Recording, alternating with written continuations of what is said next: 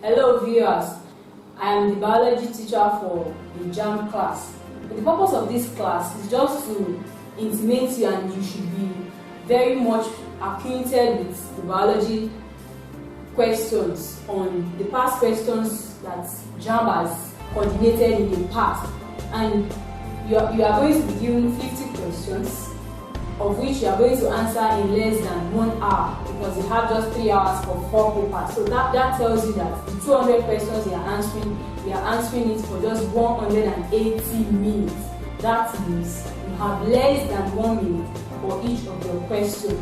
And biology being theoretical in the sense that you don't have to start calculating every time. There are just a few topics that you need to really calculate. Once you have acquainted yourself with the question, you can save a lot of time on biology, so that you can, if you have other courses to do like mathematics, chemistry, that you have to really calculate, you will have saved time on biology. So that is the essence of this class. So I will be taking you through various past questions by topic, and the first topic we'll be looking at today is the cell. So we'll be looking at the past questions that have been set on the cell, and if you are thorough with it and you know them very well, in a twinkling of an eye you just pick your answer, since you are not even shading, you are just clicking.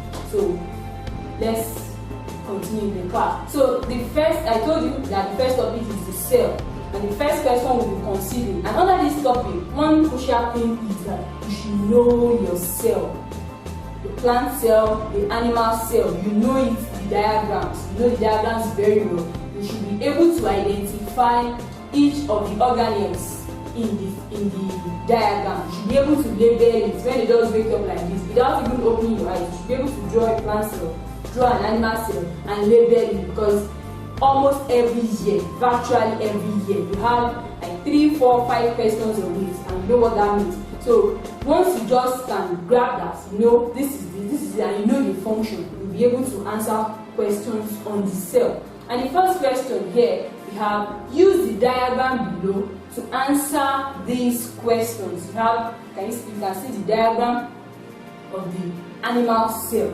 And another thing I observed is that in going through the past questions from inception to date, most times it's the animal cell that is being drawn. On a few occasions you find the plant cell, but I discovered that most times you have the animal cell. So looking at this animal cell, we have 4 items that are labeled 1, 2, 3, 4. So you have to identify what is 1, what is 2, what is 3, what is 4. That's the first thing you should do. Looking at it in a twinkle of an eye, you should be able to say 1 is this, 2 is this, 3 is this, and 4 is this. So that will help you to be able to answer the question. Then you should know the function. So they say the structure label 1 is what? That's the first question on that. You will be given 2 questions for most of the diagrams. Once you have a diagram, most times you'll be given 2 questions to answer on it. So you cannot afford to miss 2 questions, you have your 50. Then you may not have your desired mark, especially if you are going for a high score, very high score to do some courses like medicine. So you will not want to joke with your chances. So the first question says the structure label 1 is what? A. Golgi body, 2. Mitochondria, C. Endoplasmic reticulum, and D. vacuole. The answer is C. Endoplasmic reticulum. One way to recognize the endoplasmic reticulum is the shape. It's not like this shape is even different from the one you are so used to. It's usually in a shape that, or most times, another thing you can use to represent it is that you have some dots, some things like circle on it, and that is the ribosome. Most times, the endoplasmic reticulum that carries that circle is called the rough endoplasmic reticulum, because ribosome is attached to it. But those that don't have it is called the smooth endoplasmic reticulum. Those ones lack ribosome. And the function of the endoplasmic reticulum is for the synthesis of protein. So once you know your endoplasmic reticulum, you know its function. You have gotten 2 marks, 2 out of the 50 marks for this question now. So because the second question says protein is synthesized in the part labeled, is still 1. Protein is synthesized in the endoplasmic reticulum. So it's just like having you to just double you, like the same question, endoplasmic reticulum, what is the function of it? That's 2 questions. You have 2 marks there already. Then the next question we have, the nucleus is considered the control organelle of a cell because. Why is the nucleus considered the control organelle of a cell? Option A, because it contains the genetic material. Number 2, because it contains the nuclear sap. C, because it is bounded by the nuclear membrane. D, because it is located at the center of the cell. Some people may say because it is located at the center of the cell, but no, not all. You don't have not all the time is the nucleus centrally placed. So the answer for that is because it controls the genetic material. The nucleus is the one that determines what you see, what is contained in the nucleus. Nucleus is the one that has the trait, that contains genetic materials, that carries the traits of what you expect. So it determines how an organism really looks. That is why it is called the control organelle. It contains the genetic material. Option A is our answer. Then the next question, which of the following organism does not exist as a single free living cell? We will talk about free living cells, multicellular organisms and all that. So which one of these options is not a single cell, it's not a single free living cell? Option A, we have paramecium, we have volvus, we have amoeba, we have chlamydomonas. If we are very, very vast with your cell, you know that we have free living cells, single cells, then we have those that exist as multicellular organisms. And of those that exist as multicellular organisms, volvus, spirogyra, those ones are there. Paramecium, amoeba, chlamydomonas, igrina, all of them are single free living cells. So in this option now, your answer is B, volvus. Volvus does not exist as a single cell. It is a multiple. It's not just a single cell. Then the next question. An amoeba and an unlaid chicken egg are what? What are they? What is an amoeba? And some questions give you a clue. Even if you are not sure of the answer, you can easily get your clue. For instance, in this question, an amoeba and an unlaid chicken egg. If you are a good biology student, you know an amoeba. At least you know 90% of what an amoeba can do.